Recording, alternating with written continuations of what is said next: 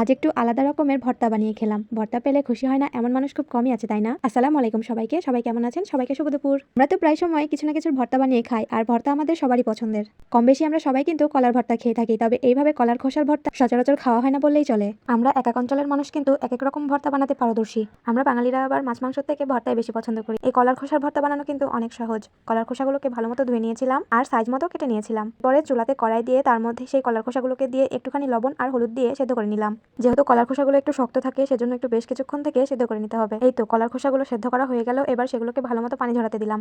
পানি ঝরানো হয়ে গেলে সেই কড়াইতে একটুখানি তেল দিয়ে দিয়েছিলাম, আর তেলের মধ্যে আবার সেই সেদ্ধ করা খোসাগুলো দিয়ে দিয়েছিলাম ভাজার জন্য। সাথে দিয়েছিলাম কয়েকটা কাঁচামরিচ। খোসাগুলোর সাথে মরিচগুলোকে বেশ কিছুক্ষণ থেকে ভেজে নেব। ভেজে নেওয়া হয়ে গেলে সেগুলোকে নামিয়ে নিয়ে পেঁয়াজ আর শুকনো মরিচগুলোকেও ভেজে নিলাম। আসলে অনেকেই এই ভর্তাটা করে খেয়েছেন, অনেকেই জানেন কেমন করে করতে হয়, অনেকে অনেক রকম ভাবে ভর্তাটা করেন, তবে আমরা যেভাবে করি সেভাবেই দেখলাম। এই তো পেঁয়াজ মরিচ ভাজা হয়ে গেলে সেই খোসাগুলোকে পাটায় বেটে নেব। এই তো আমার ভর্তা রেডি। কেমন হয়েছে অবশ্যই সবাই জানেন।